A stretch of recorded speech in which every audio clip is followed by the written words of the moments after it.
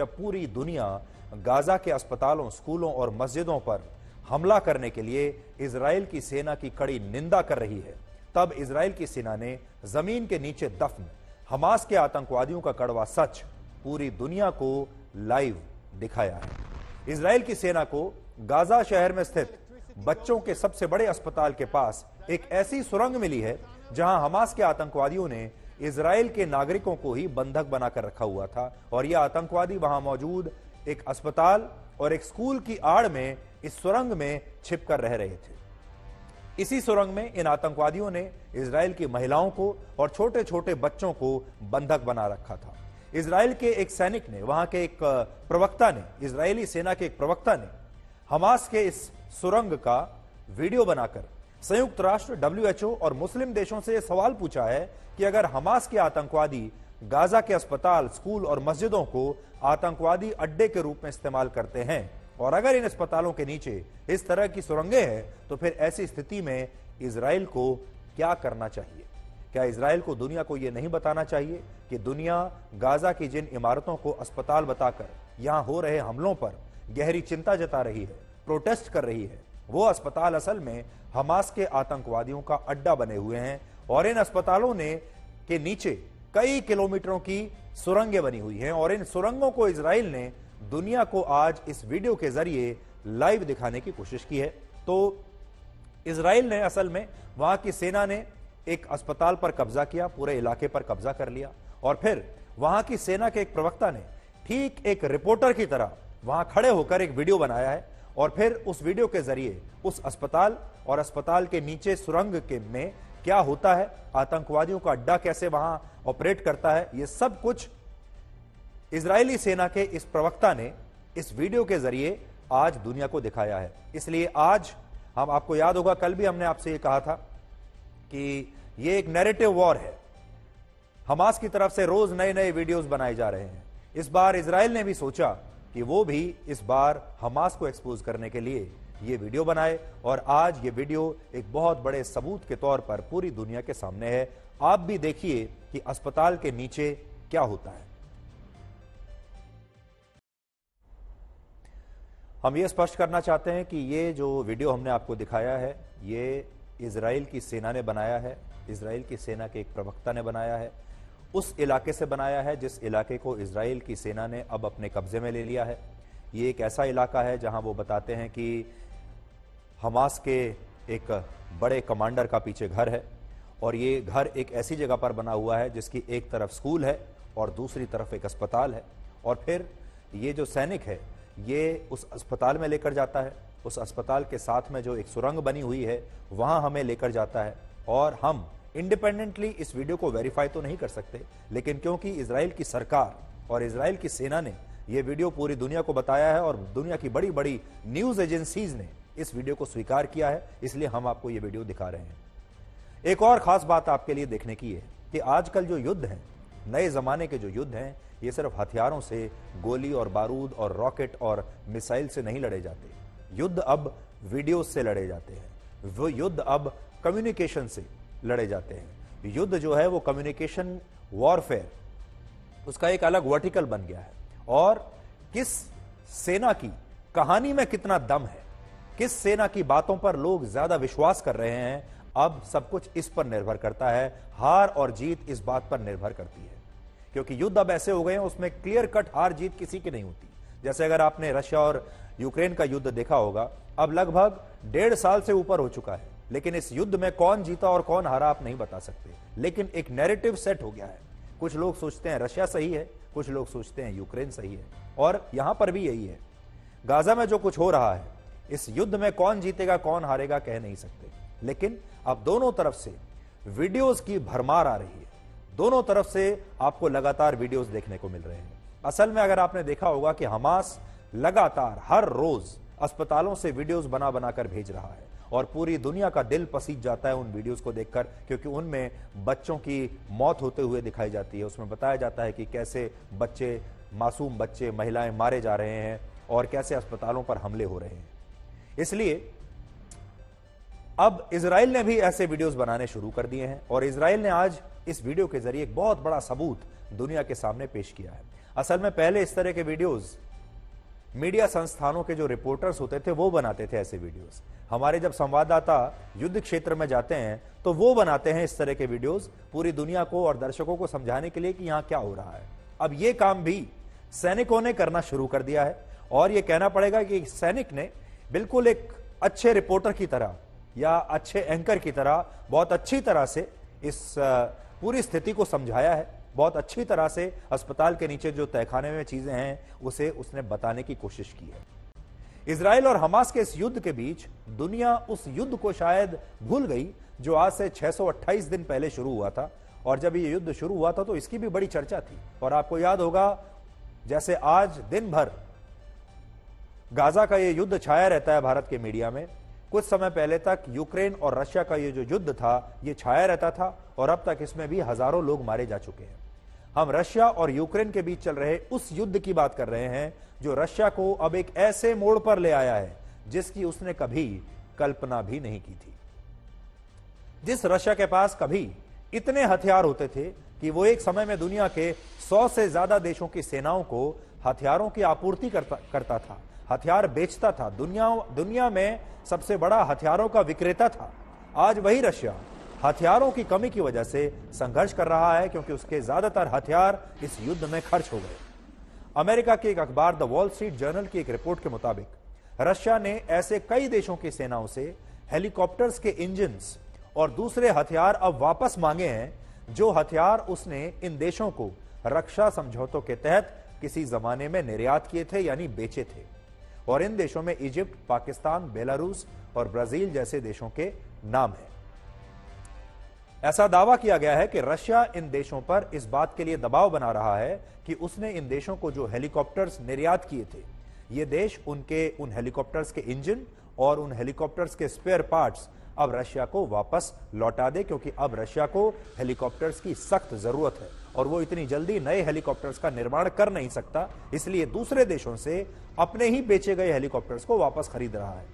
इसके बदले में रशिया इन देशों का बकाया माफ करने के लिए तैयार है और उसने ये प्रस्ताव भी रखा है कि अगर जरूरत पड़ी तो वो इन हेलीकॉप्टर इंजन्स और हथियारों को वापस खरीदने के लिए इन देशों के साथ एक नई डील भी कर सकता है।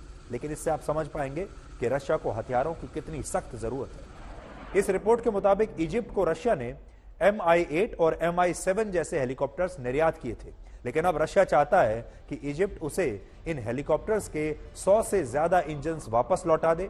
और यह भी दावा किया गया है कि इजिप्ट ने भी इस पर अपनी सहमति दे दी है और यह प्रक्रिया दिसंबर के महीने से यानी अगले महीने से शुरू हो सकती है। इसी तरह रशिया ने पाकिस्तान को MI35M सीरीज के हेलीकॉप्टर्स बेचे थे, जिनमें से कम 4 हेलीकॉप्टर्स के इंजन अब रशिया ने पाकिस्तान से वापस मांग लिए हैं।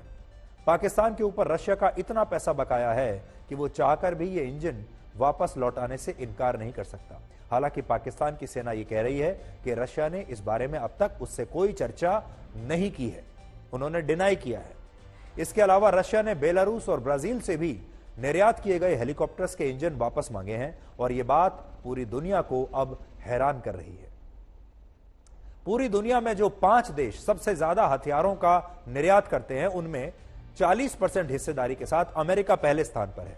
अमेरिका हथियारों का सबसे बड़ा विक्रेता है और 16% हिस्सेदारी के साथ रशिया दूसरे स्थान पर है। फ्रांस 11%, चीन 5.2% और जर्मनी 4.2% की हिस्सेदारी के साथ 5वें स्थान पर हैं। यानी ये दुनिया के सबसे बड़े हथियारों के निर्यातक देश आपकी स्क्रीन पर है।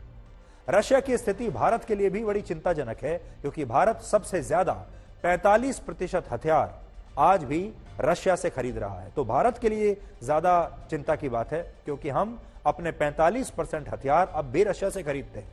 हम 29% हथियार फ्रांस से खरीद रहे हैं और 11% हथियार हम अब अमेरिका से खरीद रहे हैं। अब यह दावा है कि रक्षा समझौतों के तहत रशिया जो हथियार भारत और आर्मेनिया जैसे देशों को निर्यात करने वाला था, अब उन हथियारों का इस्तेमाल रशिया खुद अपने लिए इस युद्ध में कर रहा है और हो सकता है कि भारत को होने वाली हथियारों की सप्लाई रशिया अब डिले कर दे। यानी जो हमने उन्हें हथियारों का जो ऑर्डर दिया था, हो सकता है अब उसमें भी देरी हो जाए उसकी डिलीवरी में, क्योंकि रशिया भी क्या क्या करेगा। रशिया ने बहुत सारे देशों से हथियारों के सौदे जो हैं वो कर रखे हैं, जैसे भारत से भी किया हुआ है, उन्हें हथियार डिलीवर करने हैं। और अब रशिया खुद अपने आप एक युद्ध में फंसा हुआ है। तो पहले अपनी जरूरत का सामान बनाए या दूसरे देशों की जरूरत का सामान बनाए। ब्रिटिश रॉयल एयरफोर्स का कहना है कि 628 दिन पहले 24 फरवरी 2022 को जब यह युद्ध शुरू हुआ था, तब से लेकर अब तक रशिया की सेना 323 हेलीकॉप्टर्स, 75 फाइटर जेट्स, 2000 टैंक्स, 4000 बख्तरबंद गाड़ियां और रशिया के 1 लाख से ज्यादा सैनिक इस युद्ध में अपनी जान गंवा चुके हैं। देखिए रशिया का नुकसान देखिए आप। और दूसरी तरफ यूक्रेन के भी 70,000 सैनिक इस युद्ध में मारे गए हैं। लेकिन यह देखिए रशिया का नुकसान कितना जबरदस्त नुकसान है। 323 helicopters, 75 fighter jets, 2000 tank, 1 lakh सैनिक मारे गए हैं अभी तक रशिया के।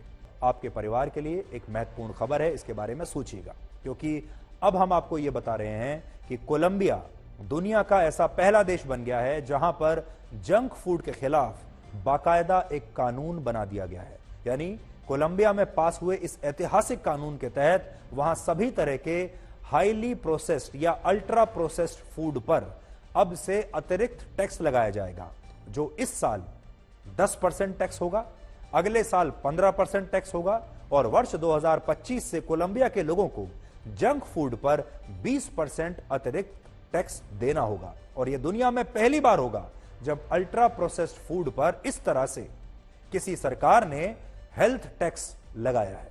यह अपने आप में एक क्रांतिकारी कदम है। ब्लैक एंड व्हाइट में हम हमेशा आपसे कहते हैं कि ये जो जमाना है ये नया जमाना है। इस जमाने की चुनौतियां नई हैं, इस जमाने की समस्याएं नई हैं। ये चुनौतियां पहले नहीं थी, ये समस्याएं पहले नहीं थी, लेकिन इनका जो सॉल्यूशन है वो भी अब नया हमें ढूंढना पड़ेगा। हम नई समस्याओं का जो हल है वो पुराने जमाने की सोच से नहीं कर सकते। अगर समस्या नई है तो उसका हल भी हमें नए तरीके से निकालना पड़ेगा और ये एक नया तरीका है। हम आपको लगातार बताते हैं कि दुनिया भर में जो सरकारें हैं या जो लोग हैं वो कैसे नई सोच अब ला रहे हैं। अब आप ये कहेंगे कि ये अल्ट्रा प्रोसेस्ड फूड्स क्या होते हैं और ये खबर हम आपको क्यों दिखा रहे हैं, अभी आपको थोड़ी देर में समझ में आएगा। अल्ट्रा प्रोसेस्ड फूड को कॉस्मेटिक फूड प्रोडक्ट्स भी कहते हैं, क्योंकि इनमें नेचुरल तत्वों की जगह आर्टिफिशियल तत्वों का इस्तेमाल होता है और इसमें चीनी और नमक की मात्रा बहुत ज्यादा होती है। खास बात इनकी है, इसमें चीनी भी ज्यादा होती है और नमक भी ज्यादा होता है और ये दोनों ही चीजें अगर ज्यादा खाई जाएं तो आपके शरीर के लिए जहर होती है और इन्हें लगातार खाने से डायबिटीज होती है और हृदय से जुड़ी गंभीर बीमारियां भी हो सकती है। चाहे आप चीनी खाएं या नमक खाएं, दोनों सफेद दिखते हैं, दोनों सफेद पाउडर जैसे दिखते हैं, लेकिन असल में यह जहर है। और भी सरल भाषा में कहें तो बाजार में मिलने वाले चिप्स, स्नैक्स, पैकेट वाली नमकीन, पैकेट में मिलने वाले बिस्किट, टॉफी, चॉकलेट्स, यहां तक कि कोल्ड ड्रिंक्स भी अल्ट्रा प्रोसेस्ड फूड्स की श्रेणी में आते हैं। ये वो सारे चीजें हैं जिन्हें हमारे देश के युवा बड़े शौक से खाते हैं। हमारे देश में जो बच्चे हैं आपके परिवार में, वो बड़े शौक से कोल्ड ड्रिंक्स पीते हैं, ये पैकेट में बंद चिप्स को खाते हैं और आपसे जिद करके खाते होंगे।